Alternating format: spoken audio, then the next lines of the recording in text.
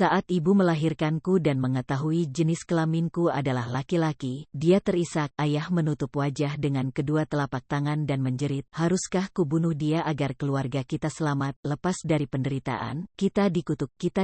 Kakak tertuaku menceritakan pada 5 saudaraku yang lain akan seperti apa nasibku kelak, bahwa aku ditakdirkan untuk menjadi Strigoi Mord. Di Rumania, ada sebuah kepercayaan, sebuah tahayul, bahwa anak ketujuh yang berjenis kelamin sama dengan saudara lainnya, merupakan sosok terkutuk. Hidupnya akan berjalan normal, namun dia akan mati dalam umur yang sangat muda. Setelahnya, dia akan bangkit dari kematian dan kembali pada keluarganya. Dia akan melanjutkan hidup seolah tak ada hal aneh yang terjadi. Namun, selama dia meneruskan hidup tanpa disadari, dia akan menghisap sari kehidupan dari seluruh anggota keluarganya. Mereka akan semakin melemah, hingga kemudian kematian datang menjemput. Seperti itulah sosok Strigoi Mord ini, Iosif. Begitulah orang tuaku menamaiku, namun saat mereka tidak memperhatikan, para saudaraku akan memanggilku dengan sebutan Dracul Blastemat, si iblis terkutuk. Secara fisik, mereka tak pernah menyakiti atau mengejekku secara terang-terangan, namun mereka selalu menjaga jarak dan sangat jarang untuk berbicara langsung denganku. Kedua orang tuaku sangat baik, namun mereka selalu tegang dan gugup saat berhadapan denganku, bukan takut, namun mereka terlihat sangat tidak nyaman. Mereka bertanya mengenai sekolah, memastikan rambutku rapi, dan mereka selalu merawat dengan sabar dan telaten kapanpun aku jatuh sakit. Aku ingat saat pada suatu malam, aku dan salah satu saudaraku sakit, muntah nyaris tanpa henti. Ibu, dengan telapak tangannya yang lembut, membelai rambutku. Tubuhnya luar biasa panas. Katanya pada ayah, bersiaplah, hanya untuk berjaga-jaga. Sepanjang malam, ayah duduk di sampingku membacakan cerita yang ia selingi dengan memeriksa demam atau denyut nadiku. Aku ingat sosoknya yang jangkung, wajahnya yang dihiasi dengan kumis tebal, dan betapa redupnya cahaya lilin tak pernah menerangi kantong hitam yang menggelayut di bawah kedua matanya. Aku ingat tangannya yang kasar dan berbulu, serta aroma tembakau yang menguar saat dia membungkuk untuk menyentuh keningku. Aku juga ingat betul mengenai palu, paku dan pasak, serta kotak kayu mungil yang tergeletak di sampingnya malam itu. Saudaraku, Sorin, meninggal, sementara perhatian ayah tak pernah lepas dariku. Seiring berjalan waktu, aku menjadi anak yang suka menyibukkan diri dengan sekolah. Aku ingin menjadi dokter, sebab di kota kecil yang kutinggali ini, keberadaannya masih sangat jarang. Aku bersumpah, jika memang aku dikutuk untuk menjadi sosok yang menyakiti orang lain sampai mereka meninggal, maka aku akan membantu mereka sekuat tenaga saat aku masih hidup. Saat kuutarakan niat ini, orang tuaku sangat bangga. Mereka membicarakan hal ini pada kakak tertuaku yang telah bekerja di pabrik setempat. Kakakku sepakat bahwa mereka harus menabung demi pendidikanku. Mereka mengacak rambutku dengan simpatik dan menjabat erat tanganku, mengatakan bahwa aku telah memilih jalan hidup yang tepat dengan kutukan yang melekat. Tak sekalipun mereka menatap mataku saat mengatakan hal itu. Pada minggu yang sama, kakakku yang lain, Nandru, terbunuh saat melerai sebuah perkelahian di sebuah bar. Guruku melihat kerja kerasku di sekolah dan berkunjung ke rumah untuk berbicara pada kedua orang tuaku. Iosif merupakan anak yang hebat, kata mereka. Dia sangat berdedikasi dengan cita-citanya. Saat di sekolah, dia kerap melontarkan pertanyaan yang bahkan kami tak tahu jawabannya. Kelak, jika dia lulus, kami ingin merekomendasikan agar dia melanjutkan belajar di Inggris. Kepala sekolah punya keluarga yang akan dengan senang menampungnya. Sungguh, aku sangat gembira mendengarnya. Namun, orang tuaku menolak dengan halus. Sambil menghisap pipanya, ayah memintaku pergi ke dapur untuk mengupas kentang untuk makan malam. Sementara itu kedua orang tuaku berbincang dengan para guru. Tempat sampah kian penuh berisikan kulit kentang, sedangkan nada riang para guru kian berubah menjadi gumaman serius. Saat pulang, wali kelasku berhenti dan berbicara denganku. Iosif, cita-citamu sungguh mulia. Akan kami pastikan kau mendapat pelajaran dari dokter setempat. Kau merupakan anak yang sangat cerdas, dan kau akan membawa kebahagiaan pada kota kecil kita ini. Sedih bercampur kecewa terasa seperti hujaman tombak pada dada. Orang tuaku mendekapku dan memohon maaf. Mereka mulai mengucapkan kalimat-kalimat yang tak kuasa mereka rampungkan. Ayah mengelus kepalaku dan memegang pundakku. Kemudian, kami akan belikan sesuatu yang berguna dari tabungan kakakmu. Ayahku merupakan salah satu pemain klarinet terbaik. Akan kami belikan sebuah klarinet untukmu, sehingga kau bisa memainkannya sampai mahir.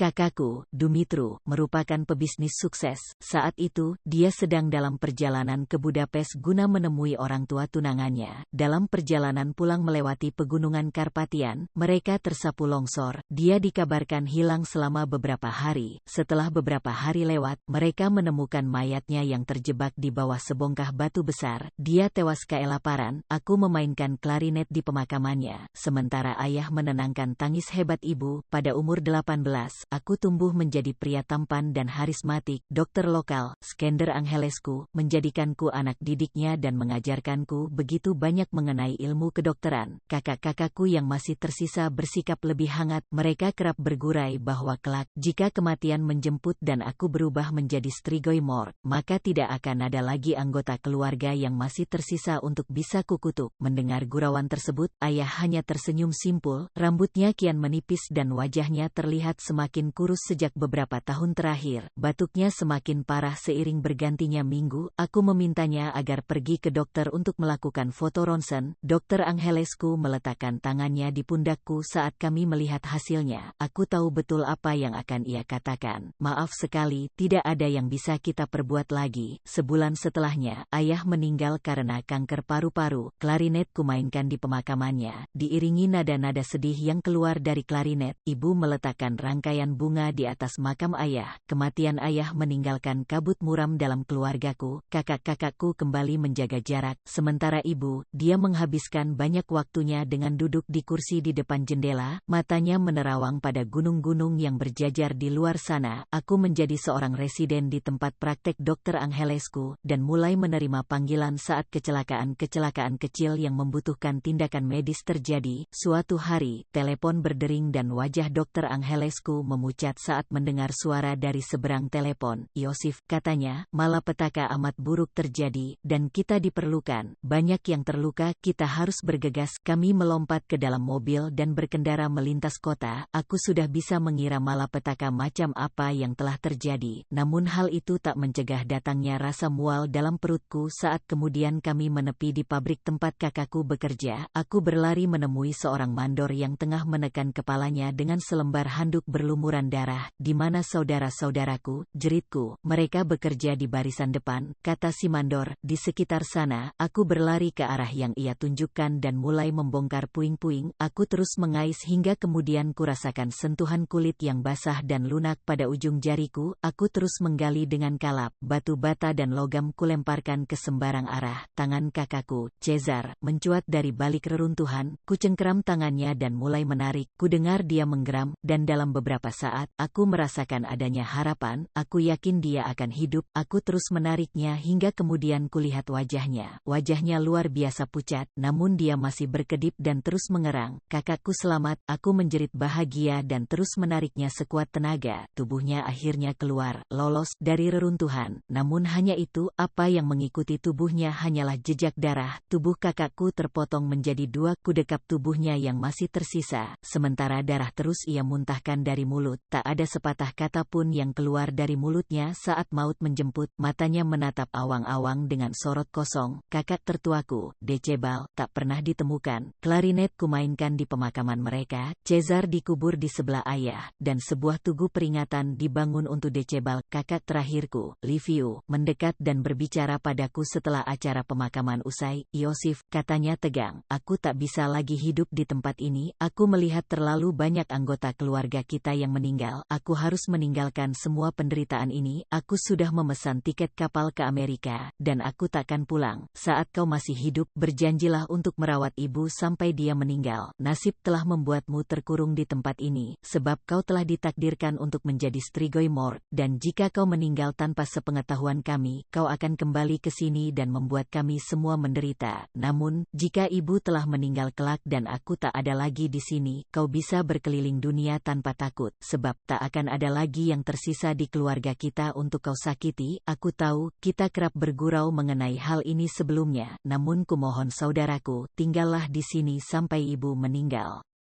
Dengan sedih, aku terpaksa menyetujuinya dan menjabat tangan kakakku. Malam itu, Liviu naik kereta menuju Bulgaria, di mana dari sana, dia akan melanjutkan perjalanan menuju Amerika menggunakan kapal. Sebulan kemudian, kami menerima kabar bahwa kapal yang ia tumpangi tenggelam di Laut Mediteran. Tak ada satu pun yang selamat. Aku terus belajar mengenai pengobatan dan ilmu kedokteran pada Dr. Angelescu dan akhirnya, dia menjadikanku menjadi tenaga penuh di tempat prakteknya. Ibu menjadi layaknya seorang pertapa yang selalu mengurung diri di rumah. Belanjaan dan buku-buku kuantarkan padanya sementara kesehatannya semakin menurun. Suatu malam, dengan suara lemah, dia memintaku ke kamarnya. Dengan meletakkan tangan di pundakku, dia berbisik pelan, "Yosif, putraku, aku telah bersikap bodoh selama ini. Kami begitu percaya pada tahayul, begitu takut akan apa yang bakal kau perbuat pada kami setelah kau mati. Hal itu membuat kami tak menghargai keberadaanmu, kehidupanmu. Namun,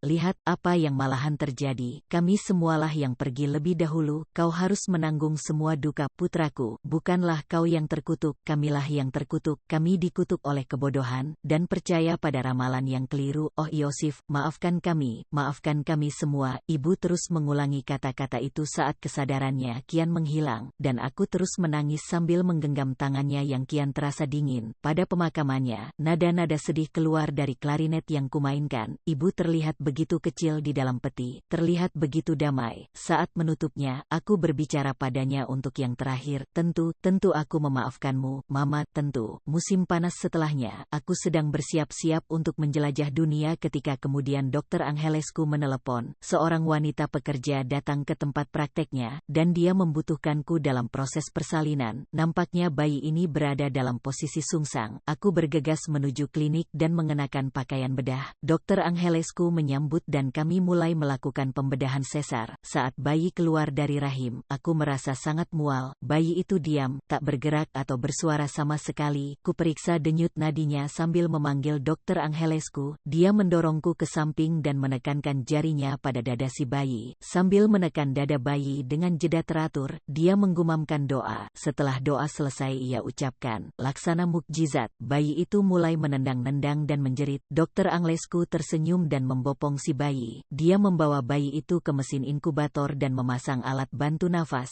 "Anak ini akan baik-baik saja," katanya padaku. "Dulu, aku juga berdoa saat membantu kelahiranmu." Anda dokter yang melahirkanku?" Tanyaku tak percaya. "Oh, iya," katanya sambil mengingat-ingat. "Tali pusar melilit lehermu saat lahir. Kau tak bernafas, tak ada denyut. Kami pikir kau meninggal saat itu." Aku langsung berusaha melakukan resusitasi padamu, dan saat tak ada hasil, aku mulai berdoa. "Sungguh keajaiban, kau mulai menggeliat dan menjerit. Aku merasa seperti telah membangkitkanmu dari kematian. Sekarang, aku mesti menemui ibunya. Maukah kau pergi ke ruang tunggu dan bilang pada keluarga ini bahwa mereka punya seorang putri yang sangat cantik." Selama beberapa saat, aku tertegun dan merasakan darah seolah mengering di wajahku. Dengan pikiran kacau, pintu ruang tunggu kubuka pelan. Sang ayah duduk dengan gugup sambil meremas topi, sementara tangannya yang lain terus mengelus rambutnya yang pirang. Dia mendongak dan menatapku dengan sorot tajam lewat sepasang mata coklatnya. Saat kukabarkan mengenai putrinya yang baru lahir, di sebelahnya, duduk 6 gadis berambut pirang dengan mata coklat bersorot tajam.